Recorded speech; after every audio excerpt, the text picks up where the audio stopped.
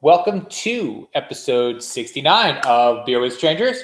I am your host, Tony Russo, and I'm joined this week, as I'm joined each week, by my co-host. Well, most weeks. Once in a while you get Sean. Many weeks. So. Sometimes we get our official pinch hitter, Sean. Yeah. Anyway, good afternoon, everybody, and I'll start with my normal weather report for the week.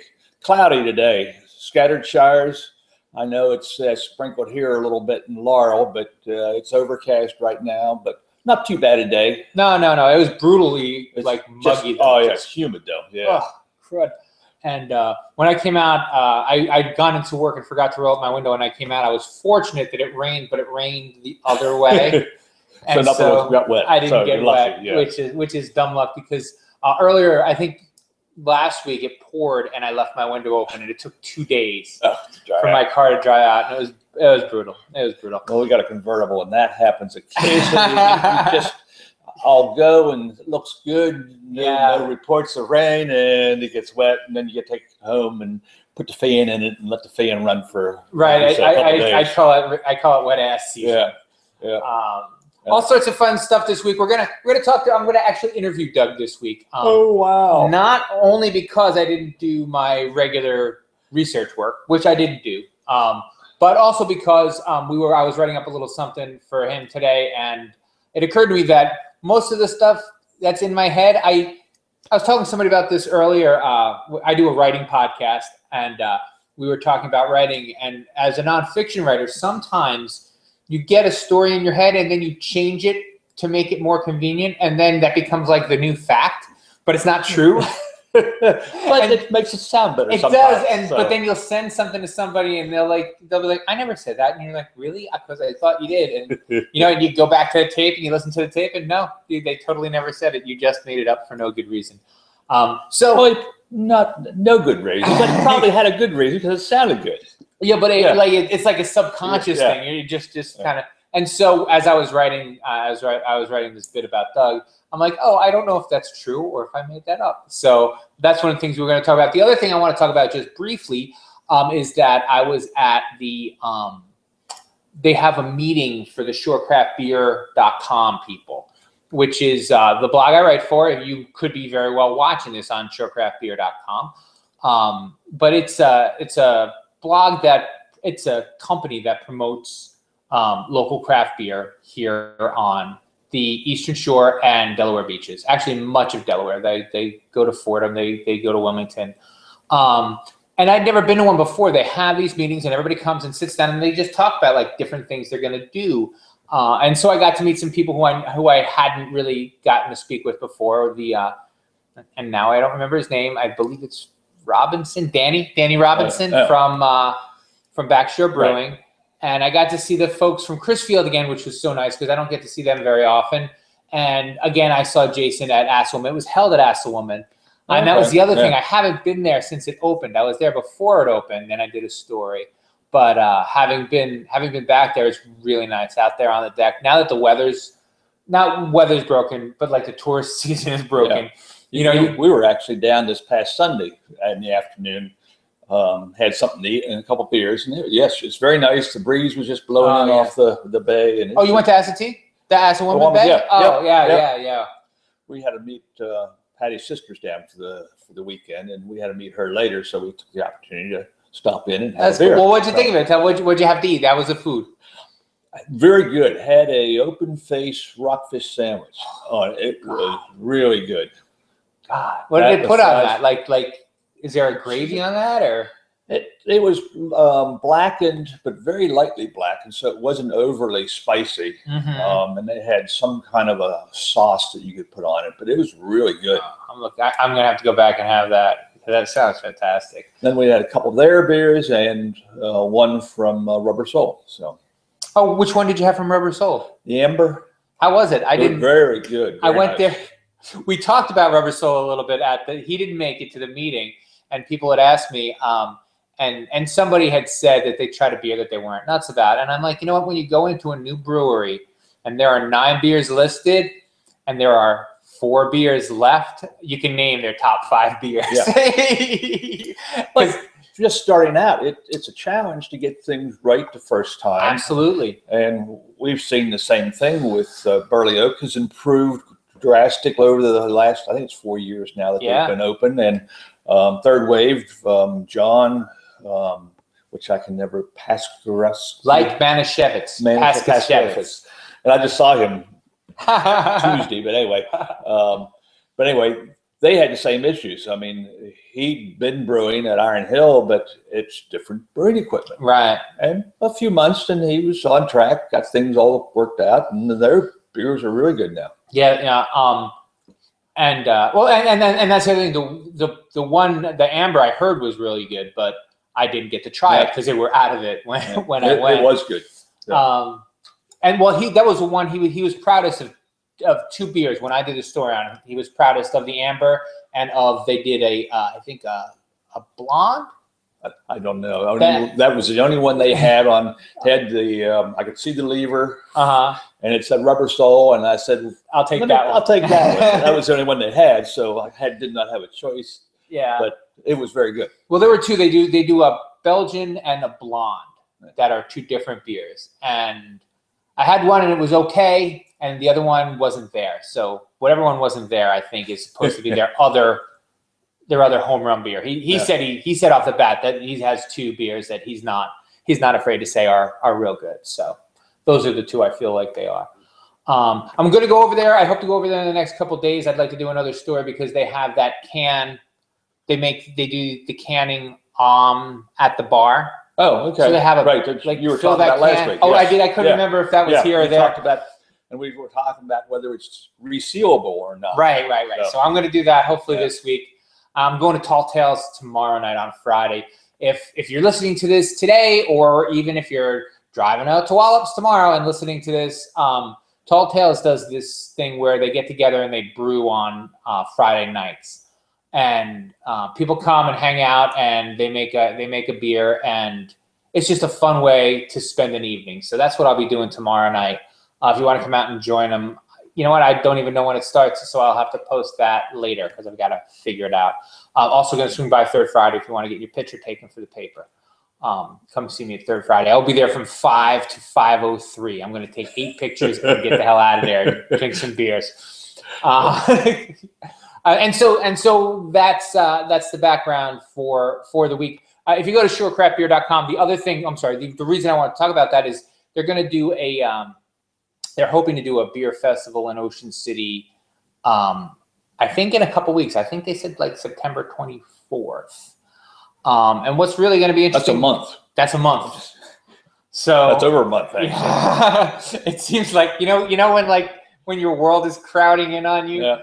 And that's the kind of week I've been having where there's just so much more to do than there is time to do it. So it just feels like September 24th is tomorrow. But anyway, time flies. You're having fun. Oh, I'm having a blast, and I'm talking about beer so much I forget where I tell which beer story.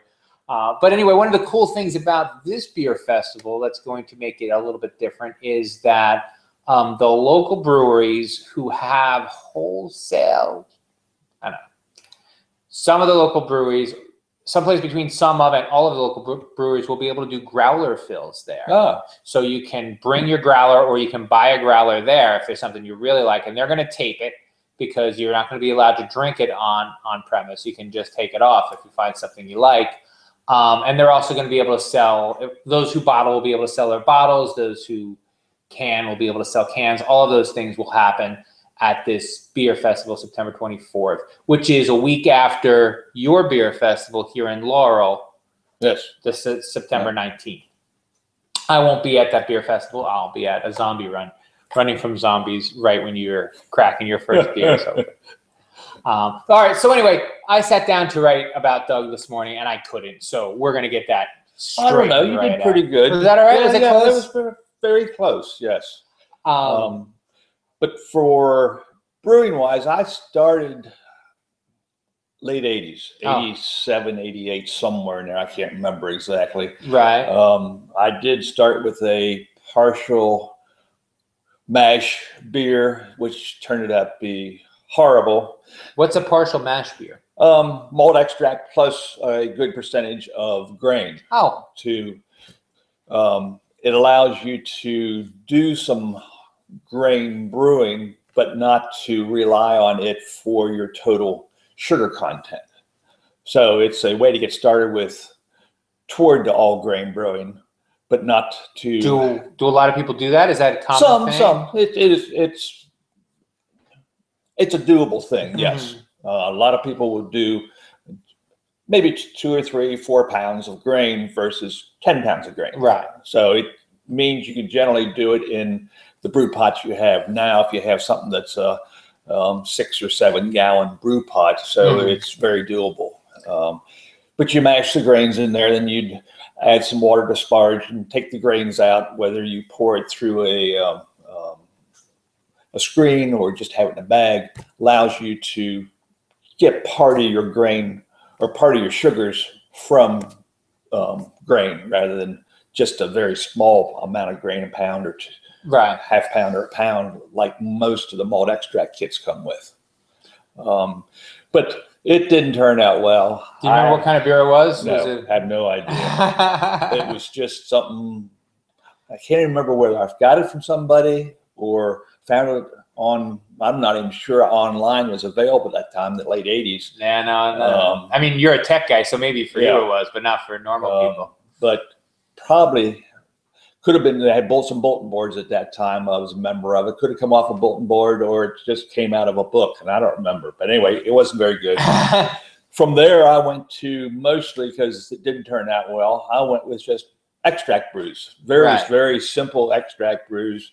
Not very creative at the time, but the beers were good. They were tasty. They were much better than most of the beers you could get at the time. And now you were already down here? Were you already living here? Yeah, we've been here from 82. Oh, all right. So, yes. Yeah, same place we are in Millsboro. That's where we moved in the 82 and continued with that, I guess, for 2 or 3 years. And then I went to a class, and I can't remember if it was before or after. I think it was after I opened the store. And we opened the store sometime in the early 1995, I believe. Because I was already in place when Sam opened the restaurant. Which would also be 95. Which was 95, right? Because they're celebrating their 20th year this year. But it was either early in the year or late the previous year. So it was 95 or 94. Because when I went down and talked to him initially, he knew of me because there had been an article in one of the local newspapers, which I don't remember, which I think was probably Cape Gazette. Right. And he knew of me, and we struck up a good conversation. And I said, if you need some help, we'll come down and give you a hand. And little did he know what I could do. And it led to all kinds of good things. But store-wise, it was sometime in 1995 we opened, and I think sometime later that year, or no, it had been earlier because I knew how to do all grain at that time. So it must have been before the store opened, I started doing all grain. Because early on, and we're helping Sam, they had a liquor board rejected them initially, or gave them 30 days to, they had to give a 30-day notice for everybody who, the local people, to either say yes or no or complain, whatever the case may be. And the establishment that had been where he was previously was just cheap beer and low cost, and they were having all kinds of problems with trash and throwing bottles over the wall, and the neighbors didn't like it. And he said, that won't be happening here. We're going to have good beer. People are going to pay premium price for this beer, and we should be fairly quiet, and we'll be good neighbors. And I think they have been. But anyway, going back to the all grain, shortly after he started, they had a cease and desist. Anything they had brewed up to that liquor board meeting, they could keep and sell. But during that month, they told him, you got to stop brewing. Even though you get your license, you got to stop your production until we say you can continue. Once you get your full license to brew, they could serve, and they could serve bought beer but they couldn't make anything on premise. Right. So, but a month later, and I think they opened up mid-June initially, and by mid-July, they got the approval to go. And at that point, started brewing 24 hours a day, 7 days a week, because they were only doing a keg at a time. Right, so yeah. I helped with some of that brewing at that period. Generally on days I could get off and get down and help, but boy, has he grown since then. Yeah, yeah. So, but that was the start of me helping Sam. And of course, I like the fact that I had more exposure to people who really, I consider, knew what they were doing. Right, where, yeah. I was mostly self-taught, except for the all-grain class I'd gone to. Now, where was that? Was that in Wilmington? Or? No, that was actually over in Washington, D.C. Ah. And I've looked for my notes. I can't find my notes. I think it was one of the guys that now or has been working for How Do You Brew? Or what was it? The Brew magazine. The one, yeah. the one, yeah. Homebrew. Yeah. Yeah. But anyway. Brew your own. Brew your own, yes. Yeah. Brew your own. There you go. But it was a very good course. He was a brewer at a restaurant brew pub in California. So I went, learned a lot. It was a 2-day. Oh wow! So it wasn't just 6 hours or whatever. No, it was 2 days, two full days. Part of it was a beer tasting, including beers that were good and beers that were bad. Like had gone bad. Yeah, or they knew off flavors. Or yes. So it was a great experience and helped me tremendously in being able to show other people what to do. So it was well worth the time and effort to do that. Mm-hmm. So, and since then we've just continued to educate people and.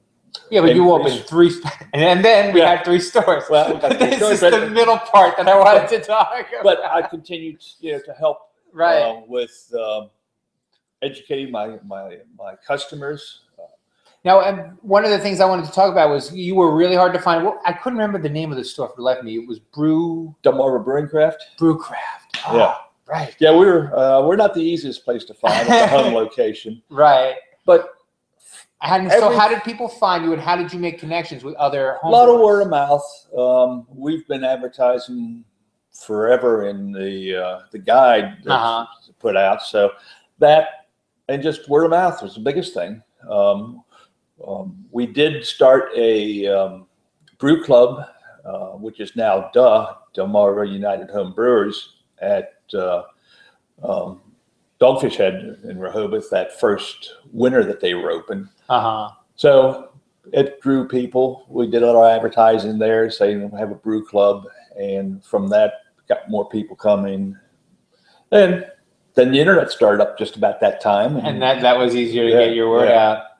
Now, when you start to have people, like the first time that I went to Millsboro was I guess 2005 or 2006. It's been that long. Really, isn't that crazy?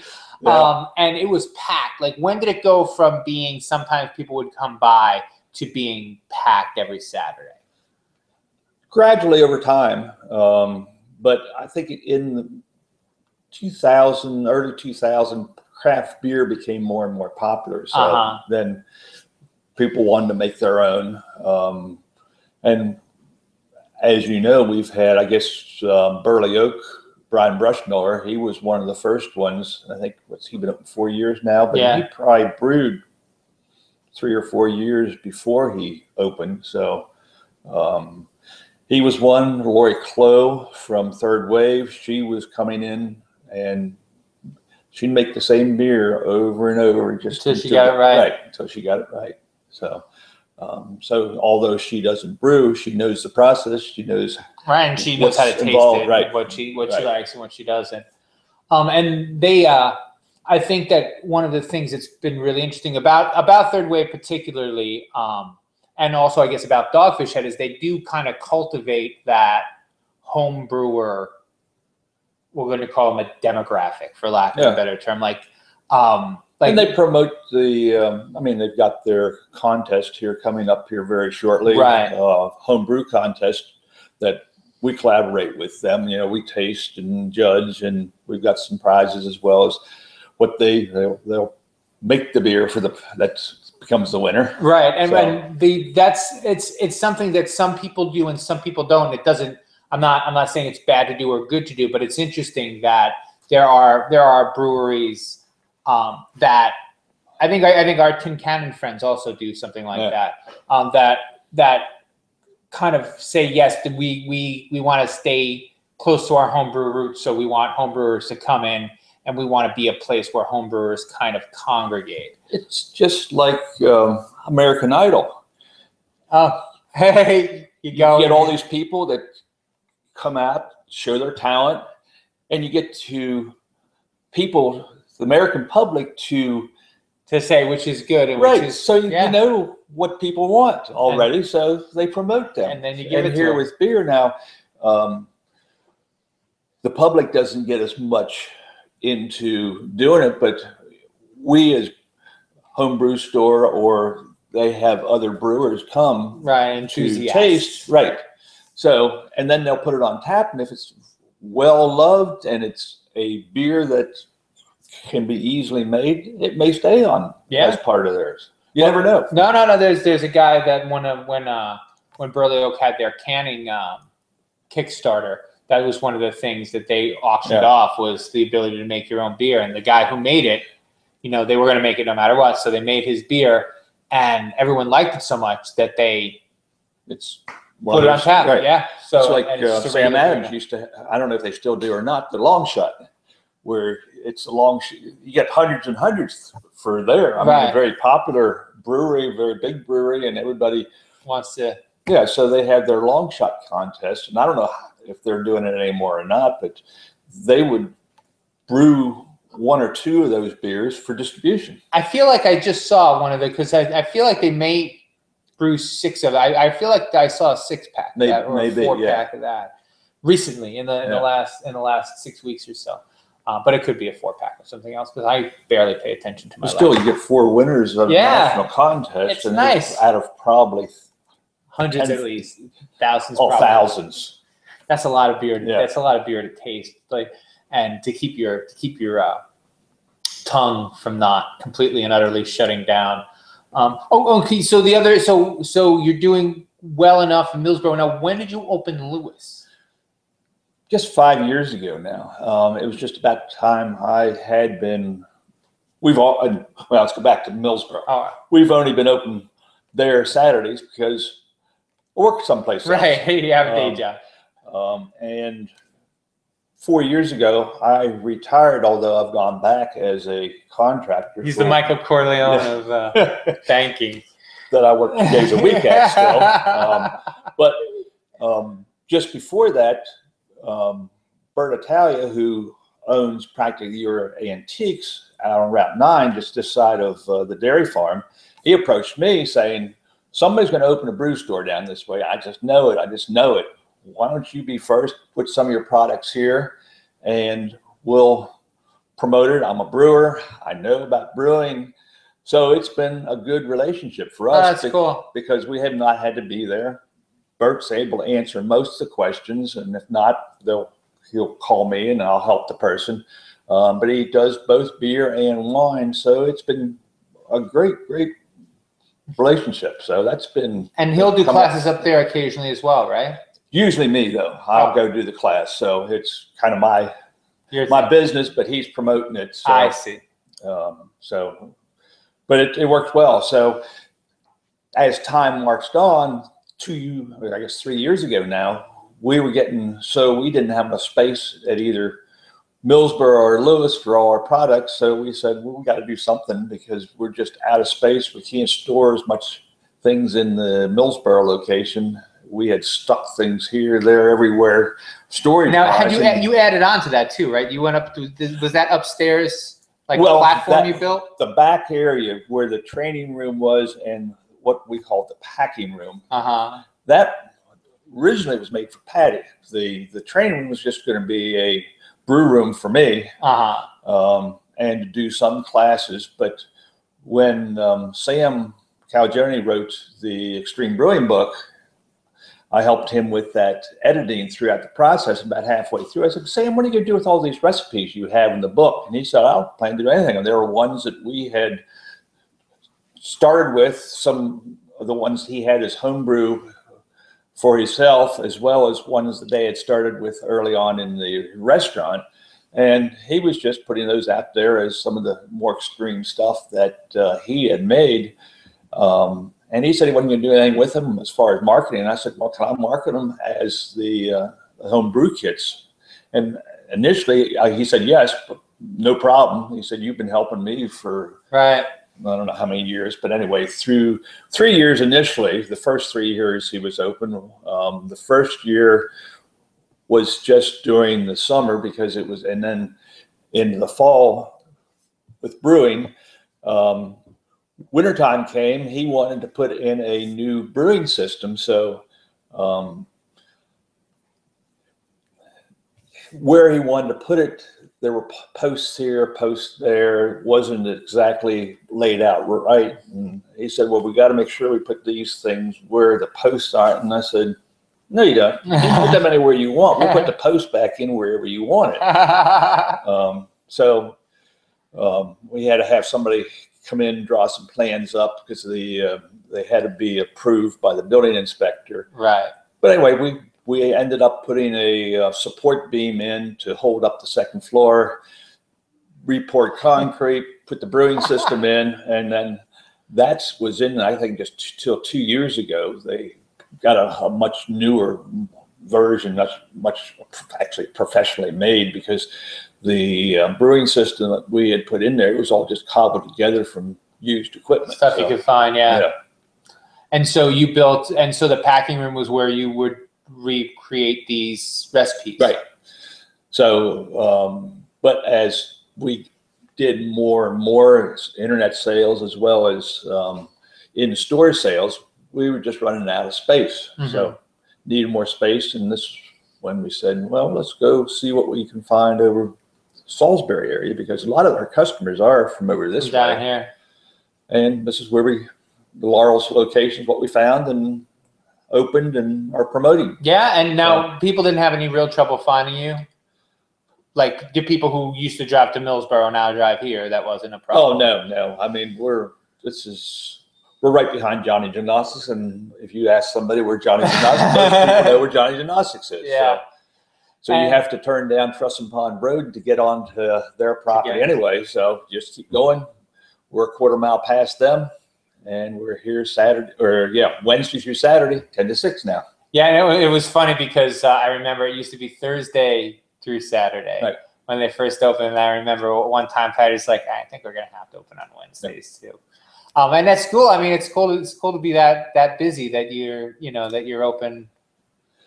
Yeah, and we've got people asking us about Sundays. It's just Sundays kind of like tough. Yeah.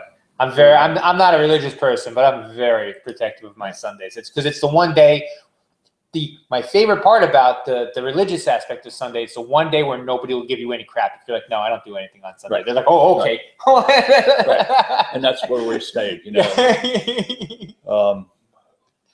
If you really need something, the Lewis store is open. Bert's open 6 days a week. He's open every day, 10 to 5, except Wednesday.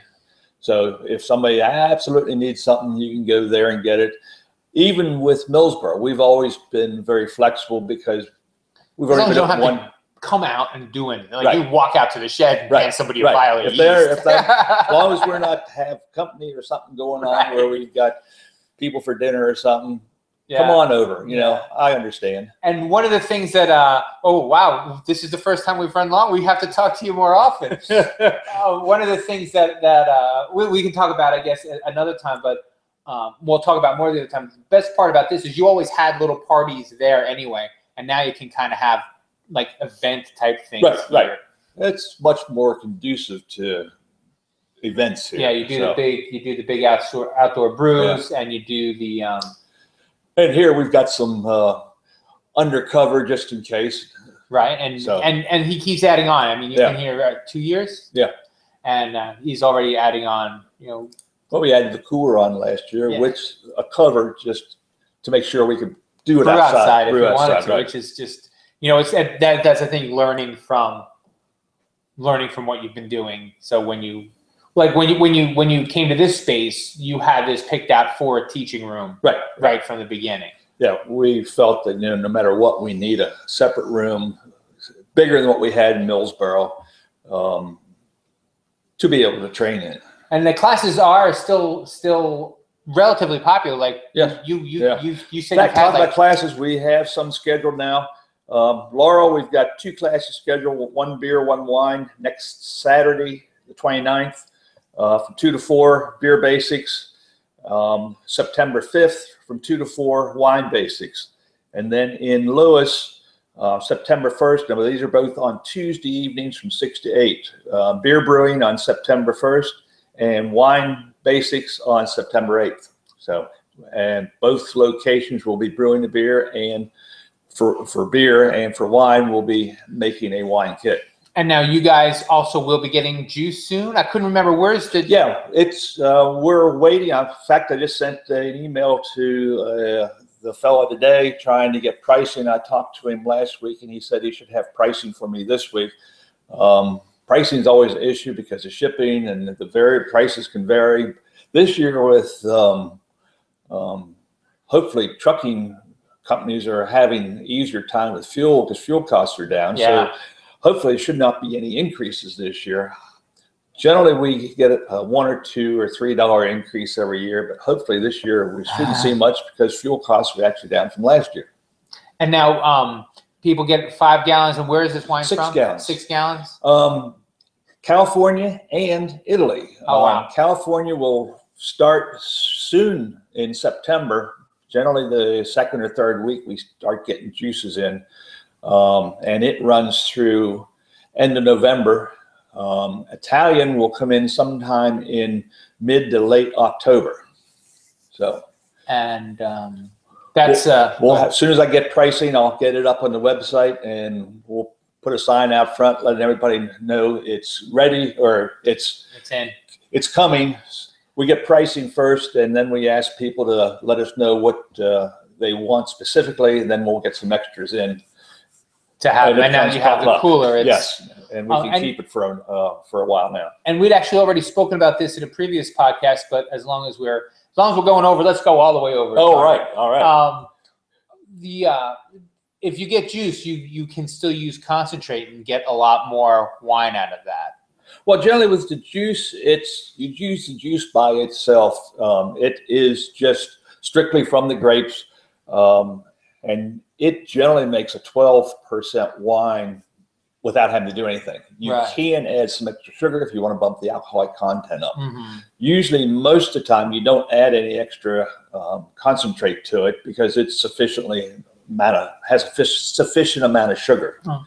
But could you make more wine by adding? Because you were saying a couple weeks ago that some wineries add concentrate. Yeah, to mellow it. Yes, that's totally different. Oh, all right. They would use a smaller percent of actual juice and add some concentrate because the concentration process lowers the tannins and the acidity. Right. So, but that's one way they're getting to get their product out to the liquor stores sooner. So very cool. So. All right, well, we're going to wrap it up because we've gone over for probably the first time in a long time. Check us out on the internet, xtremebrewing.com, xtremebrewing.com, or extremebrewing.com. And you can find all of the links to the blogs and to the website and to the podcast if you'd like to subscribe on iTunes. If you subscribe on iTunes and you want to give us a little thumbs up, please do. And if you want to give us a thumbs down, just don't do anything. We'll consider it. Send me a nasty email. Tweet something nasty at me. You can reach me on Twitter at my name backwards, OSSURYNOT, and you can reach the show at Beer W Strangers on Twitter. And we'll be back next Friday with an actual show that hopefully will be as as much fun as this one was. This was we haven't done this in a while, so it was nice to do. It was nice having it. And thank you to my guest and also co-host. Yeah. Thanks, Tony. All right. Good night.